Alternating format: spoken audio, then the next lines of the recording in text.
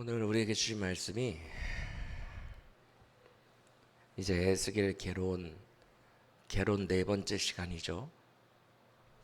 오늘 내용이 좀 많아서 원래는 에스겔 36장에 한 10구절 정도를 읽고 말씀을 전하려고 했는데 오늘은 봉독하는 말씀 없이 개론이니까 어차피 시간이 부족하기 때문에 바로 말씀을 전하도록 하겠습니다.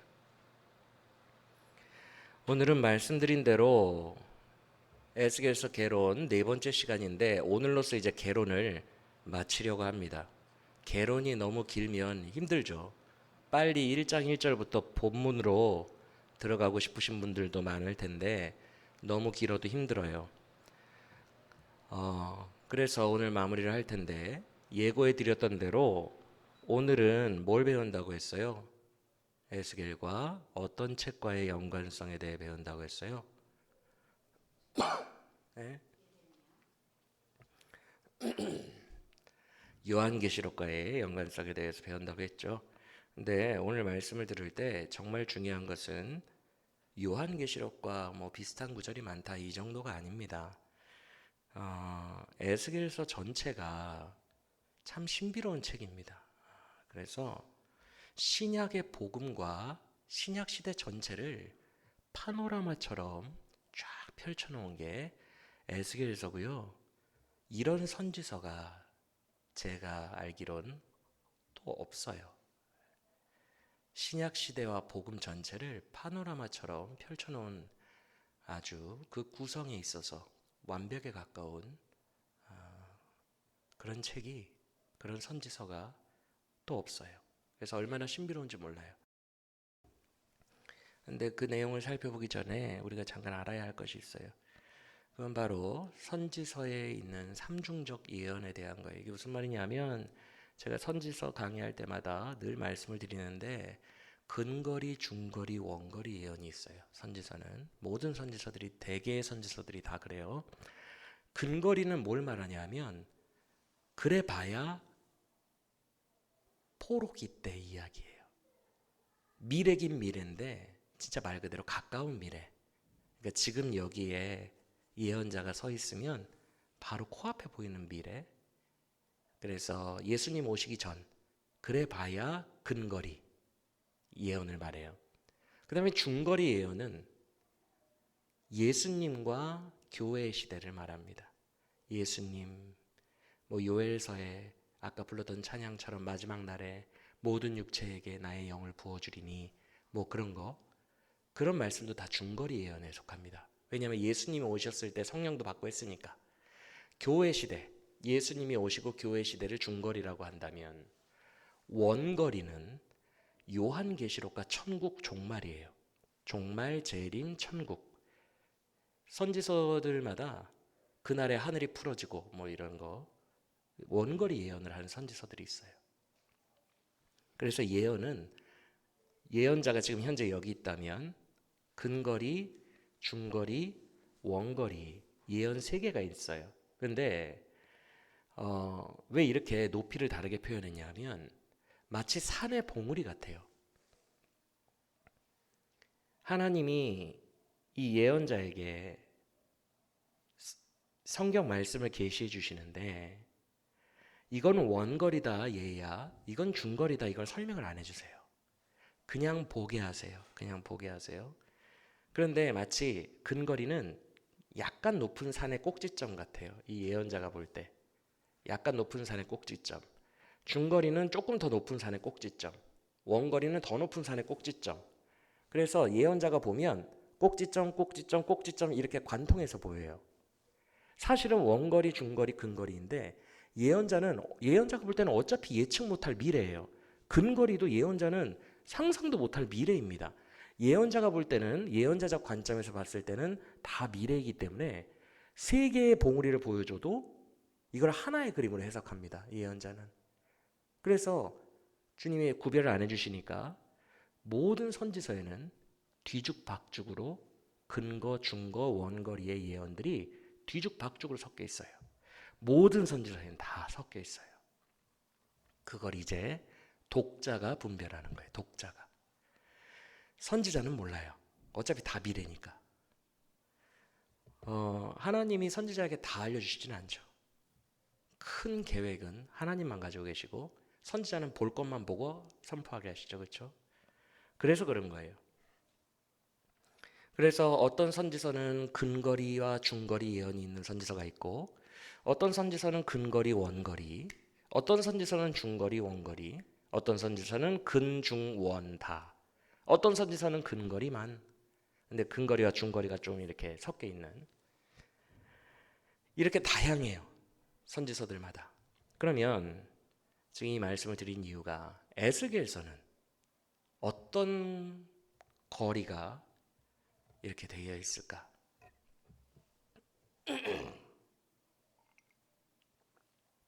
앞서 제가 에스겔서는 참 신비로운 이유가 뭐라 그랬어요? 신약 시대 복음이 파노라마처럼 펼쳐져 있다 그랬죠? 그러면 당연히 근, 중, 원 중에 모와 모는 에스겔서에 당연히 있을 것 같아요. 딱 봐도. 신약 시대의 모든 내용들을 복음을 천국 가는 그날까지 모든 복음을 파노라마처럼 펼쳐놨다고 했으니까 중거리와 원거리는 에스겔서에 무조건 있겠죠? 그렇죠? 이건 확실히 있고 이 중요한 게 근거리인데 에스겔서는 이 근거리가 그렇게 많이 있지가 않아요. 많이 있지가 않고 중거리와 원거리 사이에 막 숨겨져 있어요. 이렇게 막 같이 들어가 있어요. 그래서 헷갈리게 만들어요. 에스겔서를 중거리와 원거리로만 해석하면 가장 쉬워요.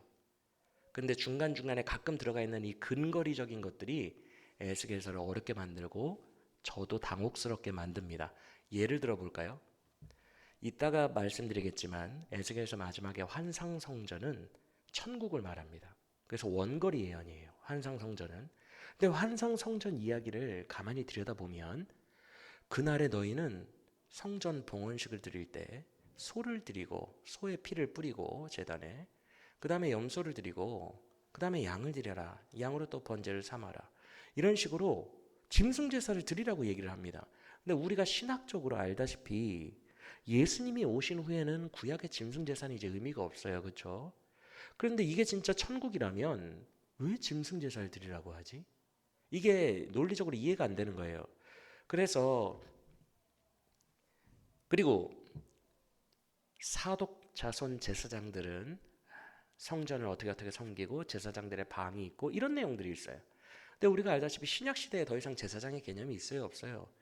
우리의 죄를 속해준 대제사장은 예수님 한 분뿐이고 이제 그 안에서 주의 자녀들이 되는 우리는 다 왕 같은 제사장들이 되었죠. 그래서 레위 지파만 이제 아론의 후손들만 제사장을 하는 시대가 아니에요, 신약은. 그렇기 때문에 제사장들의 방이 있고 제사장들이 또 섬긴다는 게 이게 원거리만으로 해석하기는 좀 난해해요. 이런 부분들이 이제 원거리, 중거리 속에 근거리가 조금씩 껴있는 게 아닌가 이렇게 추측을 할 뿐입니다. 추측이에요, 추측. 제가 그 또한 신약 복음으로 해석할 수 있으면 추측할 필요가 없고 그게 도저히 해석이 안 되면 근거리 예언인가 봅니다. 이렇게밖에 말을 할 수가 없는 거예요. 이해가 되시죠? 제가 지금 무슨 말을 하는지. 그만큼 어렵다는 거예요. 어쨌든 자세한 것은 우리가 실제 해당 본문 묵상할 단계 묵상해 보기로 하고 이것만 알아두시면 돼요. 에스겔서에서 근거리 예언은 진짜 중요하지 않아요. 근거리 예언은 비중 있게 다뤄지지 않아요. 예를 들어서 이사야서에는 바벨론 포로기가 끝날 때 나의 택한 종 페르시아의 고레스 황제가 등극할 거다라는 고레스의 이름까지 써 있어요. 고레스라는 왕이 나중에 등극하게 되면 너희가 포로기에서 풀려나서 귀환하게 될 거라라고 고레스의 이름까지 예언되어 있다고요. 이사야서는. 그거는 완전히 빼도 박도 못하게 그거는 예수님으로 해석이 안 돼요. 그거는 예수님으로 해석하려고 해도 해석이 안 됩니다. 고레스가 포로기를 풀어줄 거다라고 명확하게 되어 있으니까 그런 게 진짜 근거리 예언이에요. 근거리. 실제 포로기 때 일어나는 일들. 그래서 이사야서 같은 경우에는 그렇게 딱딱 짚어주는 근거리들이 있어요. 근데 에스겔서의 근거리는 좀 묘해요. 분명하고 막 비중이 있어 보이지도 않고 좀 묘해요. 그래서 에스겔서에서는 근거리를 별로 신경 쓰지 마시고 에스겔서는 중거리와 원거리에 비중을 두고 있고 신약 시대 이 복음을 강력하게 파노라마처럼 쫙 펼쳐서 이야기하고 있다. 이것만 기억하시고 따라오시면 될 것 같습니다. 이해가 되시죠? 그러면 그 신비로운 에스겔서의 구조, 오늘 그 대망의 막을 열어서 우리가 함께 봤으면 좋겠어요. 일단 우리가 지난 시간에 배웠던 내용들을 함께 잠깐 기억해 보기를 원합니다. 지난 시간에 뭘 배웠죠? 3장과 33장에 똑같은 이야기가 있는 걸 배웠어요. 혹시 기억나십니까? 기둥과 같은 두 이야기가 있죠. 둘 다 뭐예요? 에스겔을 뭘로 세웠다예요? 파수꾼으로 세웠다. 그래서 3장부터 32장까지는 주로 선심판에 대한 예언을 하고 33장에서 두 번째로 파수꾼을 세운 다음에는 후회복의 이야기를 한다고 말씀을 드렸어요. 그래서 에스겔에서는 두 개의 파수꾼 본문을 기준으로 하여 전반부와 후반부로 이루어져 있습니다. 이렇게 제가 말씀을 드렸습니다. 기억나시면 아멘. 에스겔서 구조 진짜 쉬웠죠, 그렇죠? 기억나시죠? 그러면 여기까지 다 정리가 되셨으니까 이제 본격적으로 제 이야기 잘 들으세요. 지난 시간에 배웠던 전반부 3장부터 32장까지의 내용을 압축하고 압축하면 간단하게 말하면 뭘까요? 어떤 내용이라 그랬어요? 선심판인데 먼저는 누가 심판받아요? 그렇죠. 이스라엘, 남유다의 심판을 예언하죠. 근데 남유다의 멸망은 곧 이스라엘의 멸망인 이유가 북이스라엘은 이미 진작에 멸망했고 남유다까지 멸망하면 이제 완전히 끝나는 거기 때문에 이스라엘이라는 그 공동체가 완전히 끝나는 게 남유다의 멸망이잖아요. 그렇죠? 그래서 남유다의 멸망은 곧 이스라엘의 멸망인 거죠. 그렇죠? 그래서 남유다의 멸망을 예고합니다. 이 전반부의 내용이 남유다의 멸망을 예고하고 그리고 또 어떤 내용이 있다 그랬어요? 남유다만 멸망합니까? 즉 이스라엘만 멸망합니까? 온 열방들도 다 멸망 예언이 되어 있다 그랬죠. 그렇죠?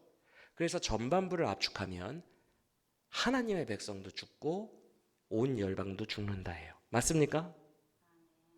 그럼 이 전반부가 뭘 의미하는 것 같아요, 여러분? 복음의 원리가 뭐예요? 온 육체에 임할 심판. 그게 복음의 첫 단계잖아요. 그렇죠?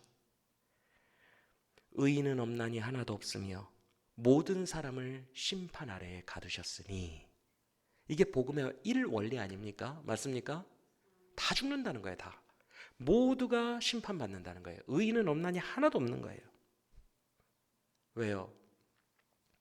하나님은 구약에서 의인이 될 자격 기준을 주셨어요. 그게 율법입니다. 근데 율법을 지킬 수 있는 사람이 존재하지 않아요. 그걸 지킬 수 있는 사람이 존재했다면 남유다는 망하지 않았어요. 왜? 시내산 언약, 즉 신명기 언약 자체가 쌍방 조건적 언약입니다. 너희가 율법을 잘 지키면 내가 너희를 보호해 줄 것이요 너희가 율법을 어기면 내가 너희를 멸하리라. 신명기 언약, 즉 시내산 언약은 쌍방 언약이기 때문에 한 명이 그걸 어기면 한 명이 그 어긴 거대로 약속대로 처벌을 하게 돼 있어요. 이해가 되십니까? 근데 남유다 멸망했잖아요. 이건 뭘 말해요? 율법을 받은 백성이 무려 1000년을 참아줬어요. 아브라함 때 다 빼고 모세 때부터 금송아지 우상 섬긴 거 참아주고 바알 부올에서 모압 여인들의 미인기에 빠져서 우상 섬긴 거 또 참아주고 또 용서해줬어요. 여호수아 시대 지나서 사사기 시대 수많은 범죄들 다 참아줬어요. 주님이 다 용서해줬어요. 우상 숭배만 계속하잖아요. 사사기에서. 사무엘상 넘어와가지고 엘리 시대 다 참아줬어요. 용서해줬어요. 또 용서해줬어요. 사울 또 용서해줬어요. 다윗이 죄졌어요. 또 용서해줬어요. 다윗 이후에 솔로몬의 죄 또 용서해줬어요. 남북왕국이 갈려요. 북쪽 20명, 남쪽 20명씩 갈려요. 그 20명의 수많은 죄악, 40명의 죄악을 다 용서해줘요. 계속 1000년을 용서해줘요. 그래도 못 지키잖아요. 그래서 멸망시켜버리잖아요. 멸망시켰다는 것은 뭐예요? 하나님이 막 무자비예요? 하나님은 깔끔하시고 재판장이에요. 하나님이 남유다를 멸망시켰다는 뜻은요, 그들이 율법을 1000년을 기다려도 못 지켰다는 뜻이에요. 하나님이 막 밑도 끝도 없이 이유 없이 멸망을 시키겠습니까? 약속대로 하신 거예요. 신의 산 언약대로 하신 거예요. 너희가 율법을 지키면 내가 너희를 지켜주겠거니와. 언약대로 하셨다는 거예요. 그럼 남유다 멸망이라는 말은 신학적으로 인간은 율법을 지킬 수 없다가 되는 거예요. 이해가 되십니까? 이해가 되세요? 이게 로마서 1장과 2장에서 바울이 말하는 거예요. 유대인들 너희가 말씀은 받고 율법은 받았으나 니들이 못 지키지 않느냐. 율법의 계명 중 하나라도 어기면 지옥 간다. 이렇게 말하잖아요. 너희들 중에 율법의 계명 중 하나라도 안 어긴 자가 누가 있느냐? 바울이 로마서 2장에서 말하잖아요. 다 지옥 간다는 거예요. 다 지옥. 그게 역사적으로 선고가 되고 인간은 천국의 스스로의 힘으로 갈 수 없다라는 게 선고가 된 게 남유다의 멸망입니다. 이해가 되십니까? 이게 신명기 언약과 신의 산 언약의 실체예요. 그러면 로마서 2장과 3장에서 어떻게 전개해요, 바울이? 유대인들은 율법을 받았으나 못 지켰기 때문에 지옥 가고 이방인들은 그냥 본성 죄인 그대로 지옥 가고 그래서 3장에 의인은 없나니 하나도 없으며 다 심판 아래에 가두어졌다. 이렇게 결론이 나오는 거예요. 맞습니까? 제가 딴 나라 이야기하고 있는 거 아니죠? 여러분들 다 배우신 로마서고 다 그 얘기죠. 복음 얘기죠. 즉 에스겔서의 전반부는 남유다의 멸망과 열방들의 멸망이에요. 이 얘기는 로마서의 복음을 그대로 가지고 온 거예요. 모두가 다 심판받을 수밖에 없다라는 이야기를 하고 있는 거예요. 이해가 되십니까?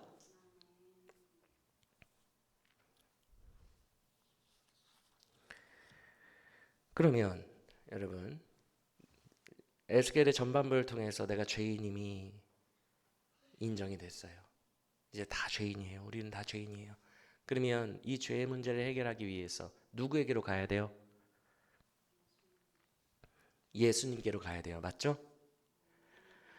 그래서 근데 아까 제가 그랬잖아요. 에스겔서는 정말 신비로운 책이라고. 그 구조를 면밀하게 보면 복음의 원리 그대로 풀어놨다고 파노라마처럼. 그렇죠? 그러면 죄의 문제가 전반부에 기록이 됐으면 예수님께로 가야 되잖아요. 그렇죠? 그 내용들이 이제 펼쳐질 것을 우리는 예측할 수 있어요. 그러면 33장 펴보세요. 두 번째의 표대가 되는 파수꾼 이야기 나와 있던 33장. 33장 1절 이하를 보시면 우리가 지난 시간에 다 배웠던 두 번째로 에스겔을 파수꾼으로 세우신 말씀이 있어요? 없어요? 그런데 여러분 눈으로 잘 보세요. 파수꾼으로 세운 그 바로 다음 단락이 33장 10절 이하인데 10절 위에 그 단락의 제목이 뭘로 되어 있어요? 와, 너무 절묘합니다.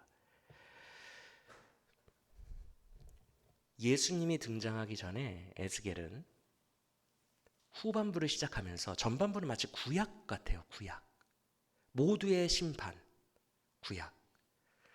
그런데 그 예수님, 구원인 예수님으로 들어가기 살짝 직전에 어떤 얘기를 하냐면 의인의 범죄와 악인의 회개. 마치 신구약을 이어주는 다리와 같은 역할로 이 말씀을 하고 있어요. 마치 신약과 구약을 이어주던 한 명의 사역자의 사역처럼 신구약을 이어주던 구약의 마지막 선지자요 신약의 문을 연 사람이 누구예요? 세례 요한이잖아요. 세례 요한이 무슨 사역했죠? 회개하라. 천국이 가까이 왔으니 다 나와서 요단강물에서 세례받고 회개하라. 그거 했죠. 징검다리 역할을 하면서. 그렇죠? 그랬더니 의인이라고 스스로 생각하던 바리새인들이 왔어요? 아니면 세리와 창기와 죄인들이 다 몰려와가지고 회개했어요? 죄인들이 주로 회개의 세례를 받았죠? 그렇죠? 딱 그 내용이 33장 10절에 징검다리와 같이 등장하는데 너무 신기해요. 33장 13절부터 15절까지만 읽어보겠습니다. 시작.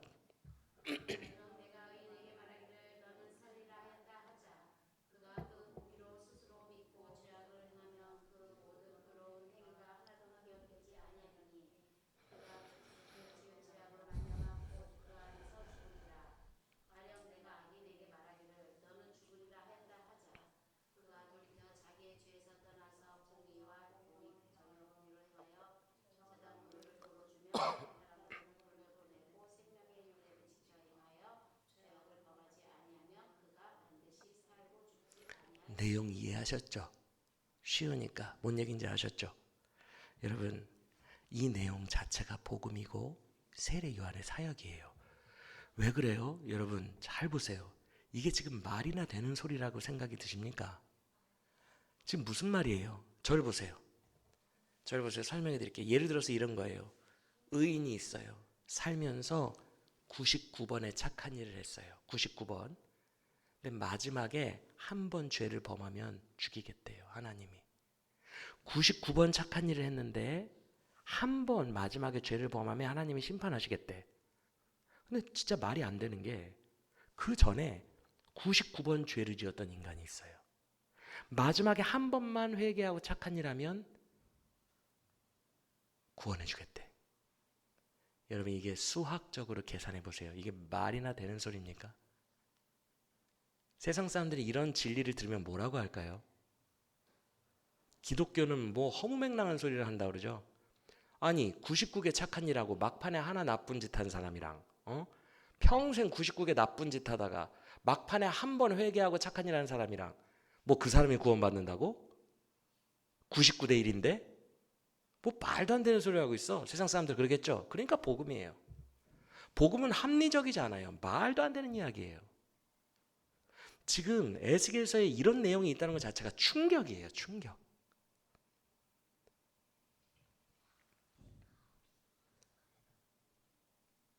예수님 오시기 전에 세례 요한의 사역과 정확하게 일치하죠. 창기들과 세리들과 죄인들이 다 나와요. 평생을 죄 짓고 살았던 사람들이 나옵니다. 그래서 회개해요. 반면에 평생을 착하게 의인인 척 살았던 바리새인들은 안 나와요. 마지막 그 순간 회개를 안 해. 우리가 지금 보고 있는 마태복음의 구조와 비슷해요, 안 비슷해요? 복음이에요, 복음. 이건 말도 안 되는 얘기예요. 구약 성경은 다 율법만 말할 것 같고 딱딱 법적인 것만 합리적으로 말할 것 같은데 지금 이 말씀은요 정말 복음적인 충격적인 말씀이에요. 수학적으로 이해가 안 되는 말씀. 방금 읽은 15절 다시 보세요. 만약에 그 범죄자가 회개하고 저당 잡았던 것을 돌려주며 강탈했던 것을 돌려주면 구원받으리라. 이거 삭개오가 했거든요. 맞아요? 평생 죄인으로 살았어요. 평생. 맞습니까? 누가복음 19장의 삭개오. 평생 죄인으로 살았어요. 근데 막판에 회개하고 강탈했던 걸 사람들에게 돌려줍니다. 그럴 때 예수님이 뭐라 그러죠? 이 인간도 아브라함의 이제 후손이다. 구원받았다는 거예요. 이게 말도 안 되는 복음이에요. 인간의 합리성으로는 이해되지 않습니다. 복음을 수학적으로 계산하려고 하면 안 돼요. 복음은 모순 덩어리예요.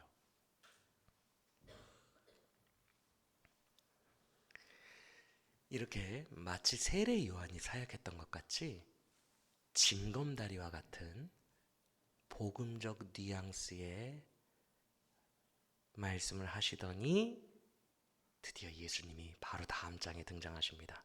저를 계속 따라오세요. 34장 1절 위에 제목을 보시면 그동안 이스라엘을 그 양떼들을 백성들을 제대로 돌보지 않았던 삭국 목자들에 대해 규탄이 나와요. 맞습니까? 대략 내용 제목이랑 보시면 그러더니 내가 이제 그 녀석들 목자로 해서 다 빼버리고 내가 친히 이스라엘의 목자가 되겠다 그러십니다. 34장 15절 16절 읽어보겠습니다. 15, 16절 시작. 내가 친히 내 양의 목자가 되어 그것들을 누워 있게 할지라 주 여호와의 말씀이니라.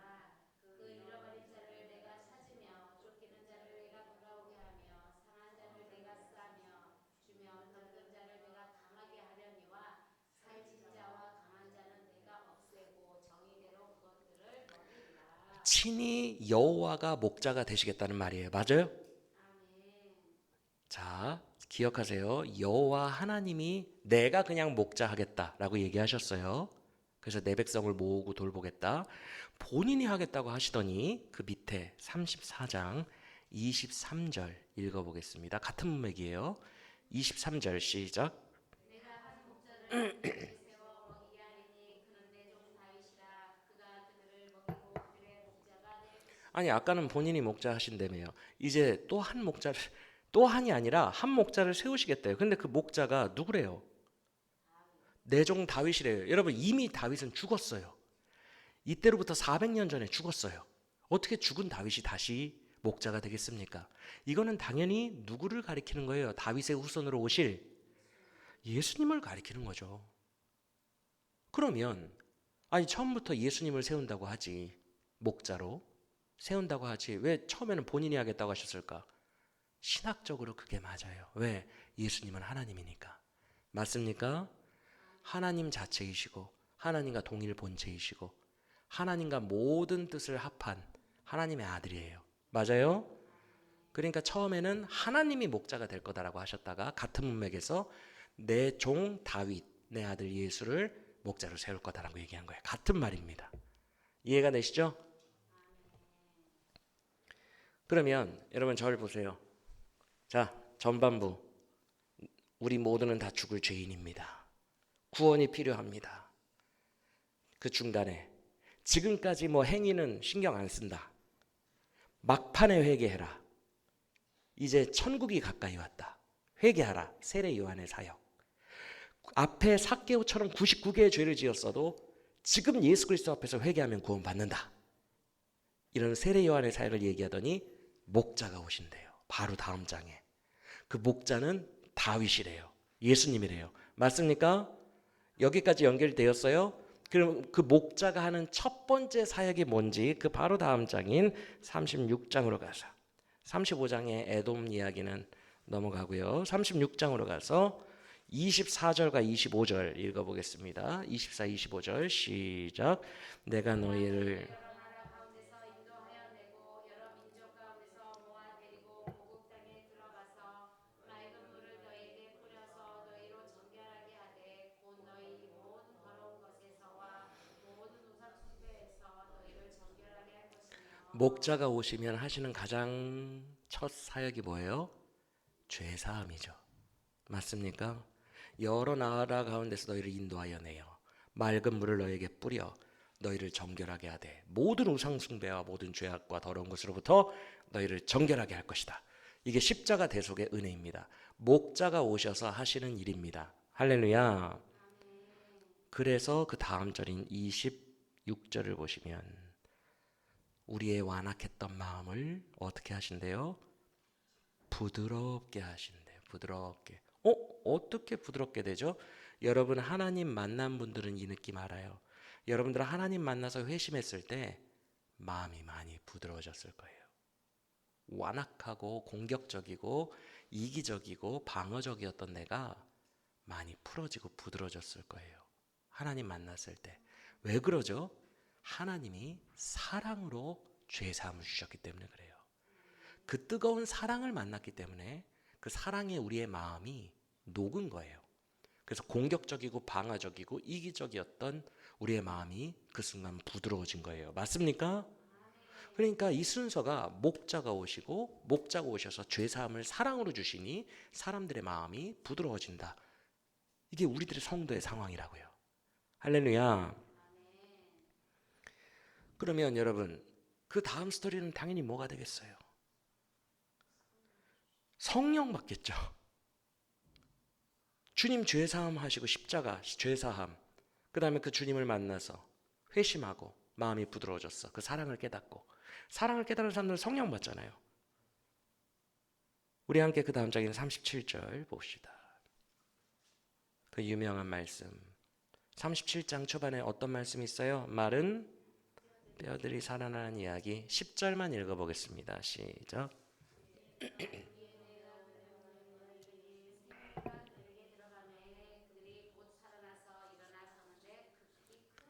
군대가 돼요. 성령이 들어가니까 군대가 돼요. 맞죠? 이게 어떤 시절 이야기랑 똑같아요? 마치 예수님 죽으신 후에 그게 두려워가지고 그리고 주님이 성령 기다리라고 하시니까 마가의 다락방에서 120명의 문도들이 기도하다가 성령 받는 그 순간 용사가 되어 밖으로 뛰어나가기 시작합니다. 맞아요?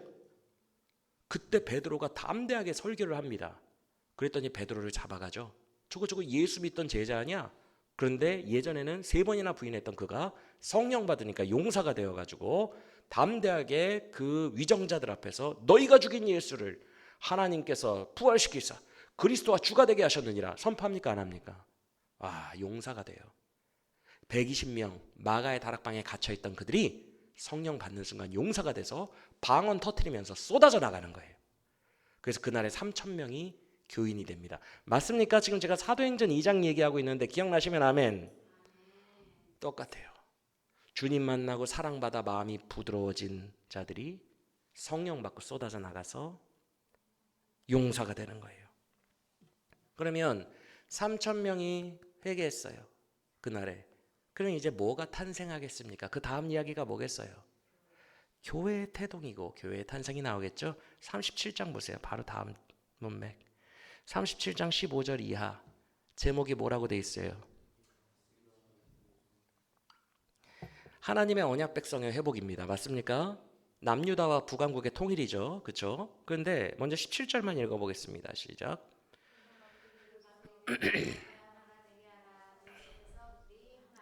이게 무슨 말이냐면 그 위에 16절 이 부분을 보면 막대기에 쉬운 말로 이거예요. 한 막대기 두 개를 가져다가 한 막대기는 남유다라고 쓰고 한 막대기는 북이스라엘이라고 써가지고 두 막대기를 합하라는 거예요. 그냥 그 행위 예언처럼 이런 일이 일어날 거라는 거예요. 이해가 되십니까? 뭐 별로 어려운 내용 아니에요. 남북왕국 갈라졌던 남북왕국이 합쳐질 거라는 얘기예요. 이스라엘 12지파의 회복. 이해가 되시면 아멘. 완전체가 회복되는 건데 여러분 저를 보세요. 예전에도 말씀드렸지만 이 회복이 가능해요? 불가능해요. 왜? 북왕국은 없어요, 여러분.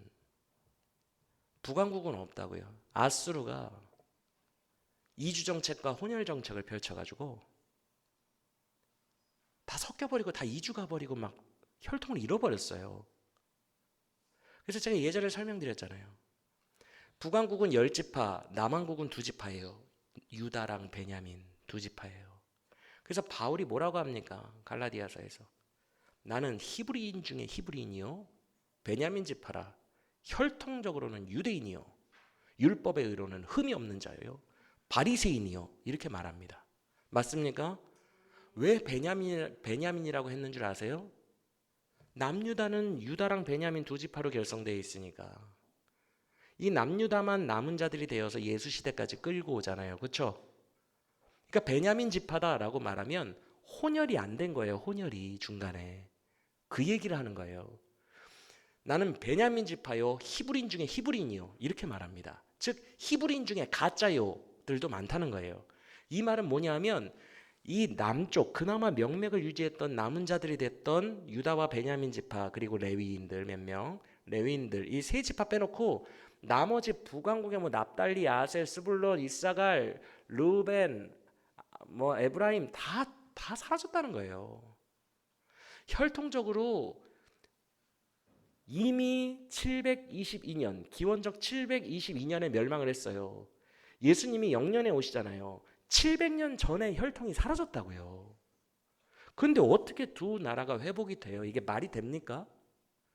그러면 이 회복 예언은 뭐예요? 선지서들 제가 강해할 때마다 이 얘기 드리는데 실제로 없어요. 회복시키고 싶어도 없다고요. 그 실체가 10지파는.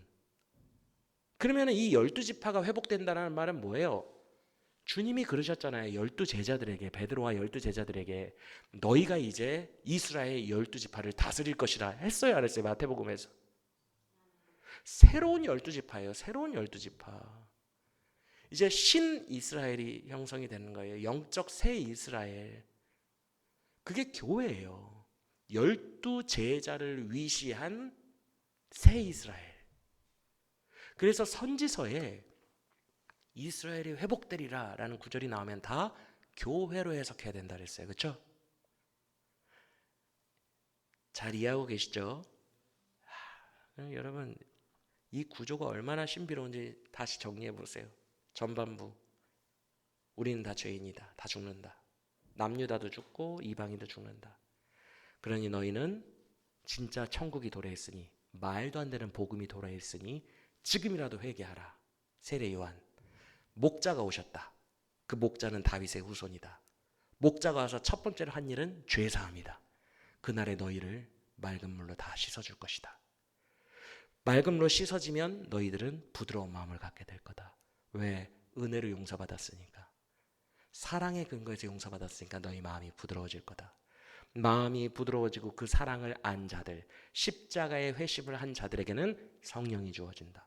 성령이 주어지면 여호와의 군대가 되어 예전에는 그렇게 두려워했던 죽음을 무서워하지 않고 뛰어나가서 담대하게 예수를 전한다. 그날에 3천 명이 회개하더니 교회가 태동한다. 하나님의 교회가. 맞습니까? 파노라마처럼 이게 에스겔서가 진짜 신기한 게 딱딱 그렇게 돼 있어요. 중간에 뭐 잡설들이 많으면 모르겠는데 딱 34장, 35장, 36장 빼고 37장 계속 이어집니다. 이런 게 너무너무 신기해요. 마치 신약 시대가 어떻게 펼쳐질지 에스겔은 다 알고 정리해 놓은 것 같아.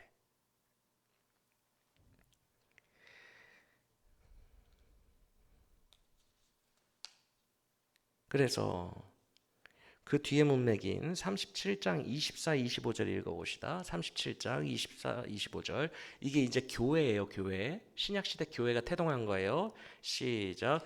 내 종 다윗이 그들의 왕이 되리니 그들은 모두에게 한 문제가 있을 것이라. 그들이 내 규례를 준수하고 내 율례를 지켜 행하며 내가 내 종 야곱에게 준 땅, 곧 그의 조상들이 거주하던 땅에 그들이 거주하되 그들과 그들의 자자손손이 영원히 거기에 거주할 것이요 내 종 다윗이 영원히 그들의 왕이 되리라. 아멘. 뭐 이렇게만 보면 근거리 예언 같지만 근거리 예언이 아니라는 증거들이 몇 군데 있죠. 뭐예요? 내 종 다윗이 영원히 그들의 왕이 되리라. 그리고 자자손손 영원한 기업을 얻게 되리라. 맞습니까? 그리고 25절에 아니 26절 보세요. 복음이죠. 26절은 내가 그날에는 영원한 화평의 언약을 그들과 할 거래요.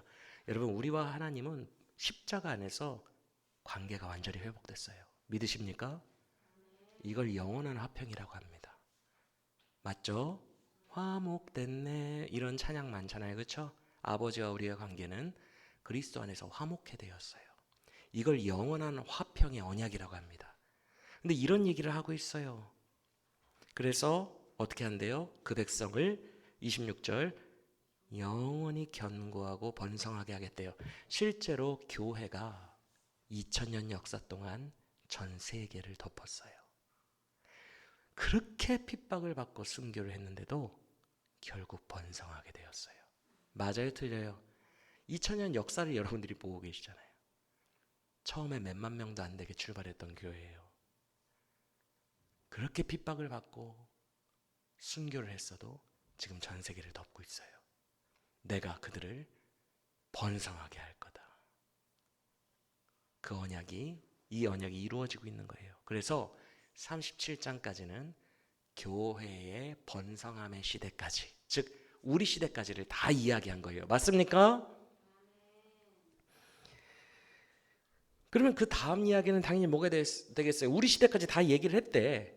그러면 그 다음 이야기는 뭐가 되겠어요? 당연히 말세와 종말이 되겠죠. 이제 요한계시록 느낌으로 넘어가겠죠. 맞습니까? 우리 시대까지 다 얘기가 됐잖아요. 교회의 태동과. 그래서 38장을 보세요. 38장 2절. 두 왕이 등장합니다. 마곡 땅에 사는 마곡 왕과, 그러니까 이름은 제가 언급 안 합니다. 헷갈릴까봐 여러분을 위해서. 그 다음에 어느 땅에 사는 곡 왕이 등장합니다. 그렇죠? 마곡과 곡 등장해요, 안 해요? 한 명은 지역 이름이고 한 명은 사람 이름이지만 그냥 제가 그렇게 부른 거예요. 맞아요, 틀려요? 여기 찜해놓고 요한계시록으로 가봅시다. 계시록이랑은 계속 왔다 갔다 할 거예요. 손가락 하나 넣어 놓으세요, 양쪽에. 계시록 20장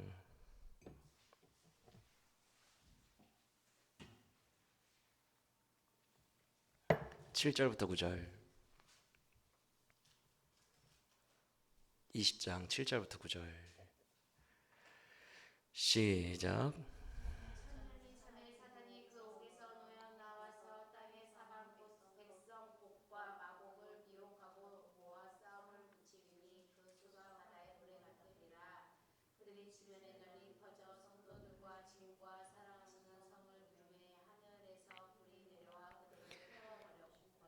예, 잠깐 보세요. 거길 보세요. 누구와 누구가 하나님의 사랑하시는 성과 성도들을 괴롭힌대요. 성도. 신약 시대의 성도. 누구와 누구래요? 곡과 마곡. 아까 그 사람들 맞아요, 틀려요? 그 두 사람이 군대를 일으키는데 그 위를 보시면 누가 그 두 왕을 미혹해서 일으켜요? 사탄이 최후 전투를 펼칩니다. 최후 전투. 최후 전쟁, 성도들을 괴롭게 하는 최후 전쟁이 사탄의 미혹을 받은 곡과 마곡과의 전쟁이 일어난다는 거예요. 이해가 되십니까?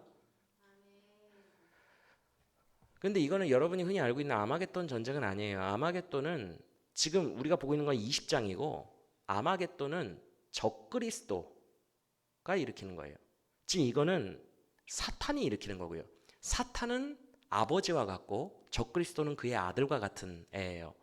그러니까 지금 20장은 사탄이 일으킨 전쟁이고 16장의 아마겟돈 전투는 적그리스도가 일으킨 전쟁이에요. 16장 한번 볼까요? 16장을 잠깐 가서 16절 읽어보겠습니다.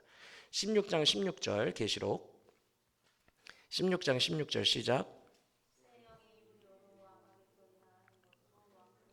이때도 열 왕들을 모읍니다. 온 천지의 왕들을 모아서 성도들과 전쟁을 치르려고 하죠. 그래서 이거는 사실상 아마겟돈 전투는 최후 전투는 아니에요. 최후 전투는 아니고 진짜 최후의 전투는 곡과 마곡과의 전투입니다. 이해가 되세요? 그래서 다시 에스겔로 돌아옵시다. 아까 계시록은 계속 손가락 해놓으세요. 에스겔로 돌아오면 아까 38절에서 38장 에스겔 38장 보시면 앞서 계시록에서 그들의 군세가 바다의 모래와 같다 그랬어요. 곡과 마곡의 군대의 숫자가 그렇죠? 근데 38장 9절을 눈으로 보세요. 뭐라고 표현합니까? 그들의 군세가 광풍같이 이르고 구름같이 땅을 덮을 거다 표현하죠. 그렇죠? 전쟁이 일어나는 거예요. 같은 말입니다. 요한계시록과 지금 같은 얘기를 하고 있어요. 종말일로 넘어간 거예요. 종말 최후 전쟁으로. 그렇죠? 에스겔에서도 이해가 되십니까? 그리고 6절 눈으로 보시면 16절 38장 16절을 눈으로 보시면 그 곡과 마곡이 일으킨 군대가 구름같이 몰려와 내 백성 이스라엘을 치러 올 거래요. 맞죠? 이거 신약의 교회를 말하는 거예요. 왜? 아까 계시록에서 그랬잖아요. 성도와 그의 사랑하시는 성을 이렇게 말했잖아요. 그렇죠? 교회예요, 교회. 아까 봤던 이스라엘은 교회라고요. 근데 앞서 계시록에서는 그들을 하늘의 불로 다 태워버리셨다고 표현했는데 38장 22절을 눈으로 보세요. 38장 22절. 주님께서 불과 유황을 비 내리듯 하여 그들을 치시겠답니까? 안 치시겠답니까? 그리고 39장 21절 위에 제목을 보세요. 39장 21절. 곡과 마곡 최후 전투가 끝났을 때 그때야 진정한 이스라엘의 회복이라고 써있죠. 제목이. 그렇죠? 실제로 계시록에서도요. 곡과 마곡의 전투가 끝나고 사탄은 지옥으로 들어가고 새 하늘과 새 땅이 펼쳐집니다. 실제로. 다른 이야기가 없어요. 바로 천국으로 넘어가요. 바로. 곡과 마곡 전투가 끝나면 그냥 천국으로 쫙 이어진다는 거예요. 그런데 에스겔도 똑같아요. 곡과 마곡의 전투가 끝나고 그때야 진정한 이스라엘의 회복이 올 거다. 이렇게 말합니다. 이해가 되십니까? 그러면 이제 에스겔에서도 진정한 이스라엘의 회복, 천국 이야기가 나와야겠어요? 안 나와야겠어요? 그래서 40장을 보시면 40장부터 마지막 48장까지 환상성전 이야기가 나옵니다. 맞아요? 에스겔이 환상 중에 본 성전 이야기 나와요? 이게 천국이 되는 거죠. 이게 천국이. 근데 이 환상성전은 단순히 솔로몬 시대에 지었던 그 성전을 말하는 게 아니에요. 왜냐하면 여러 면에서 모양이 다르고요. 규모도 전혀 달라요. 일단 솔로몬 때의 성전은요. 여러분 이 뒤는 그거 보실 필요 없어요. 그냥 저를 보세요. 어려워요. 찾아도 잘 발견도 못 하실 거예요. 솔로몬 성전은요. 3대1 비율이에요. 3대1 비율. 이건 지금 2대1 비율도 안 되죠. 한 이 정도로 길쭉해요. 솔로몬 성전은. 외벽이 이렇게 길쭉합니다. 3대1 정도 돼요. 3대1 면적이. 그런데 에스겔서에 나오는 성전은 네모예요. 네모. 정사각형. 우리 41장 13절 41장 13절 눈으로 보시면 성전을 측량하니까 길이가 100척, 서쪽도 100척. 계속 보세요. 14절 앞면도 100척, 동쪽도 100척, 뒷뜰도 정사각형이죠. 정사각형. 그렇죠? 그리고 42장 15절 보세요. 이거는 성전을 가로막고 있는 담이에요. 담벼락. 담벼락을 측정해 봤대. 근데 담벼락도 보세요. 42장 15절 이하를 눈으로 보세요. 사방 담벼락이 다 균일하게 몇 척이에요? 500척. 그러면 성전도 네모 정사각형. 성전을 둘러싼 담벼락도 정사각형. 맞습니까? 그런데 계시록과 이게 똑같아요? 계시록에는 이렇게는 표현이 안 돼 있어요. 어떻게 표현되어 있냐면 그날의 천국에는 성전이 따로 없나니 하나님과 예수님이 친히 성전이 되심이라. 그와 우리가 함께 거닐게 되고 함께 지내게 될 거다. 이렇게만 돼 있어요. 성전의 규격이 표현이 안 돼요. 그러면 계시록이랑 똑같지 않잖아요. 어디가 똑같냐 하면 지금 정사각형은 왜 설명을 해드린 거냐면 구약의 솔로몬 성전과는 그 솔로몬 성전의 회복, 옛날 구약 성전의 회복을 말하는 게 아니다라는 얘기를 하고 싶어서 그런 거고, 이제 정사각형이었죠. 성전이. 그리고 그 밖에 외벽은 5배의 길이로 정사각형이었죠. 근데 새 예루살렘 성, 이 성소를 중앙에 둔 성, 예루살렘 성, 도시, 시티, 이 시티도 정사각형이에요. 우리 함께 그걸 봅시다. 48장 20절 48장 20절 읽어보겠습니다. 48장 20절 시작.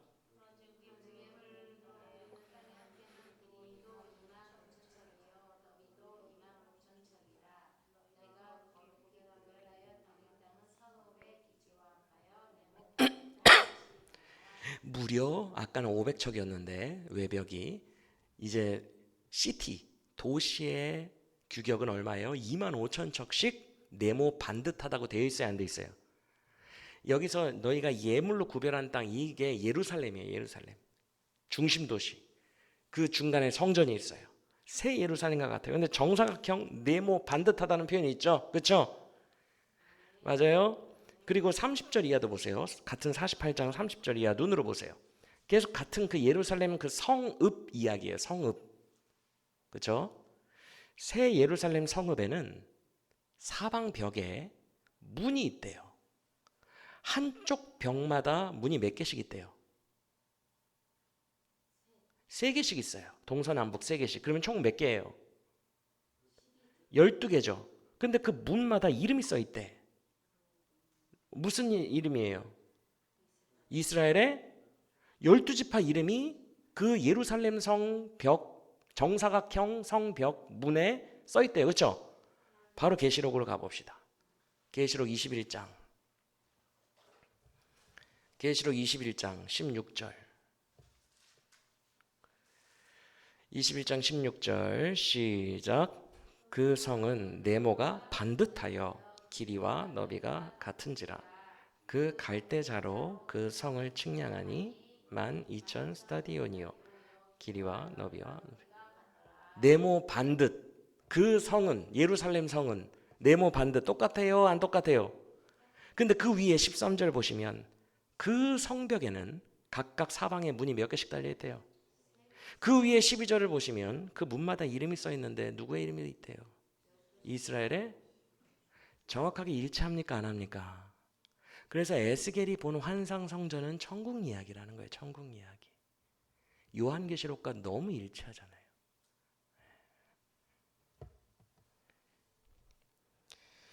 그래서 계시록의 이 부분도 에스겔과 일치하는 거예요. 마지막으로 이것까지만 확인하면 될 것 같아요.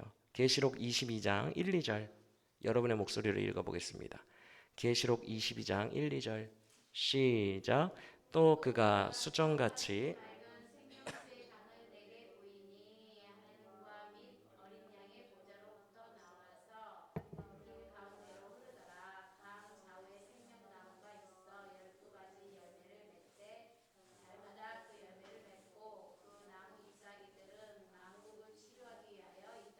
아멘. 어떤 얘기예요? 성소로부터 생명수가 나와가지고 강을 만드는데 그 강 주위로 생명나무들이 쫙 생겨나고 그 생명나무에서 열매와 잎사귀가 맺히는데 그 열매와 잎사귀의 용도는 만국을 치료하는 쪽으로 쓰임 받는데요. 맞아요?